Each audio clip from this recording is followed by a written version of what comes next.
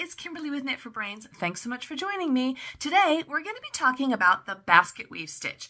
This guy right here, we're going to be doing a tutorial on the basket weave stitch. The best application for this stitch, the best yarn to use for this stitch, and all the different variations. So stay tuned.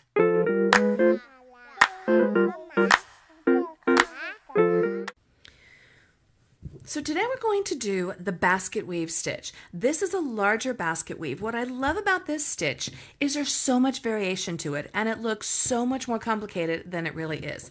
This is somewhat of a giant basket weave stitch, and really it's going to determine by how many rows you have, and that's going to determine how big your basket weave. So as you can see, this one here is pretty big. Now this one here is a little bit smaller, and as you can see, I used a variegated yarn, but you can still see how the basket weave comes through. So it really just depends on how big you want your basket weave to be.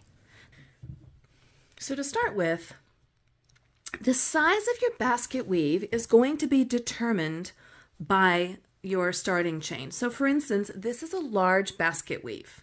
So the entire pattern is going to be 12 stitches across, and then you want an extra 3 for your turning. So if you're going to do a large basket weave stitch, you're going to do 12 plus 3 at the end for your pattern. Depending on how big you want your basket weave, how many stitches across, you would then multiply that by 2. So I have 6 in this pattern and then 6 over on this side. That's giving me those 12. In this particular instance here, where my basket weave consists of 4 and 4, that pattern size is going to be 8. 4 in the front and then 4 in the back. That's how you determine. And then you just want 3 extra stitches for your starting chain. So we're going to go ahead and do the large basket weave. I've already started it here in a vertical position. I'm going to chain 3 to start my row. Now to get the basket weave stitch, what we're going to do is a front post double crochet. You're going to yarn over as if you're doing a double crochet. You're going to come to the front.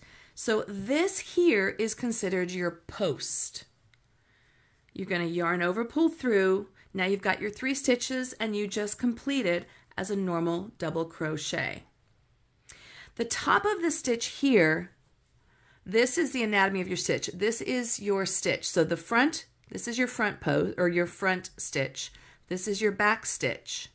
This is your post. This is the actual stitch here in the front. That's what we're working with. So we're going to do it again. We're going to yarn over, go into that front post, yarn over, pull through, and then we just do a normal double crochet. And because we're doing 6 in this pattern, we're going to go ahead and do the 4 more right here. Yarn over, front post, yarn over, pull through, and then a double crochet. Yarn over, front post, yarn over, double crochet. 2 more. Yarn over, go around the front post, and then a double crochet. 1 more, yarn over, pull through, and then we've got our double crochet. Now we finished our front post of the basket weave stitch. Now we're going into the back post. To do that, we're going to yarn over again, but instead of going into the front, we're going into the back, which is right here. We're going into the back of the stitch. So we're coming in from the back, bringing our hook around to the back, yarning over and pulling through, and then we just finish it off with a normal double crochet. We're going to go ahead and do that again. You yarn over, come in through the back of the stitch, going into the back, yarning over and pulling through. Again, yarn over, come in from the back, take it to the back, yarn over, pull through, and then yarn over again twice. Yarn over, coming into the back of the stitch, taking your hook around to the back, bringing it through, yarn over, pull through, yarn over, and pull through. Let's do 2 more. yarn over, just like we're doing a double crochet, come into the back of your stitch, bringing it around, yarn over, and then yarn over and double crochet. Let's do one more. Yarn over, into the back, just like that, yarn over, pull through. And now we've completed the back stitch, double crochet. And that is working with our basket weave. Now we're going to go ahead and do 2 more sets here. Yarn over. Now we're going into the front again, which is right here. Yarn over, coming into the front of your stitches, bringing your hook through, yarn over, pulling that yarn through, and then we do our double crochet. We're going to do that 5 more times. Coming into the front, yarn over, pull through, double crochet. Yarn over, coming into the front, so we're pulling that stitch to the front of our work. Yarn over, now we have 3. Yarn over, pull through. 2 more we're going to do. Yarn over, coming in from the back into the front, pulling that stitch forward, ending on that double crochet. Here's 1 more. So we're bringing that stitch forward, yarn over, pull through, double crochet.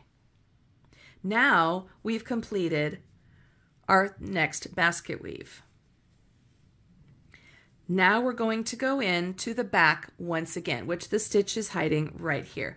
Yarn over, we come in from the back, coming up and joining and pulling up from the back. Yarn over, coming in from the back of your work, going into the back, so keeping that stitch, pulling that stitch to the back of your work here, grabbing a hold of that yarn, bringing it up, and then just finishing it with a double crochet. We'll do 4 more. So we're going to yarn over, come in from the back, push that post, if that helps you to think about it, to the back, grab that yarn, and let's do 3 more. Yarn over, push that post to the back, grab that yarn, and then do your double crochet. Yarn over, push the post to the back, grab the yarn, double crochet, yarn over, pushing that post to the back, and finishing it up. Now, and you can always double check your work, make sure you've got 6, so there's 3 there and 3 there.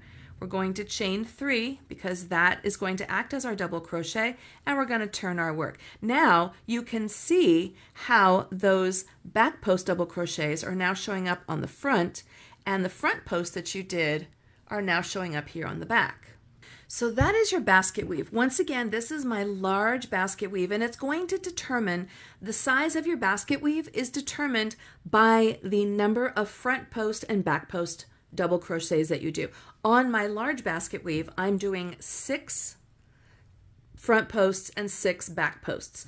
On my smaller or more of your basic, you're doing 4 double crochets front post and then 4 in the back. So this is a smaller basket weave. You want to keep your basket weave numbers, the posts, even. So you're either going to do like a 4 or a 6 or an 8 or something like that so that they stay a nice square. But again, if you're doing your basic basket weave, which is 4 across, then your initial pattern repeat is going to be 8. 4 front post double crochets, 4 back post double crochets, and then you're going to add on 3 to finish off your row. If you're doing a large basket weave, then your pattern repeat is going to be 12. 6 front post double crochets, 6 back post double crochets right here. So that's really going to depend on what you want. Now, as far as application, the basket weave is perfect for an afghan. It gives it a lot of depth. It gives it a really chunky feel. It gives it some really interesting definition, but yet it's so simple. If you're going to do a baby blanket, I would probably recommend going with a weight of 3. If you're going to do a chunkier or an adult blanket, I would go with a weight of 4. I personally would not go lower than a weight of a 3, and I probably wouldn't go higher than a weight of a 4. 3 or a 4 is going to be perfect for this particular stitch. If it's lighter, it's not going to give you enough depth and definition and structure to your stitch. And if you go higher, it's going to be too bulky and it's going to just be too big. So again, anything around a weight of a 3 if you're going to do a baby blanket, or a weight of a 4 if you're going to do like a larger Afghan. You can also make planters, pot holders, kitchen housewares, towels, maybe even a blanket with this basket weave stitch. It's really, really versatile. There you have it. This is the tutorial for the basket weave stitch. Again, this is a large basket weave here. This is a smaller basket weave stitch here. So again, the size of your stitch is going to be determined by the amount of repeats that you're going to do. A 4 is probably your minimal where you're going to start, because that's going to give you a square. So that's going to be 8 stitches across, 4 front post double crochets, 4 back post double crochets, and then you're adding on 3 just for your chains on the side.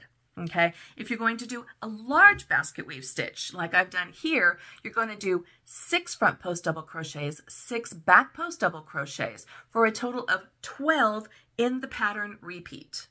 And then you would add on 3.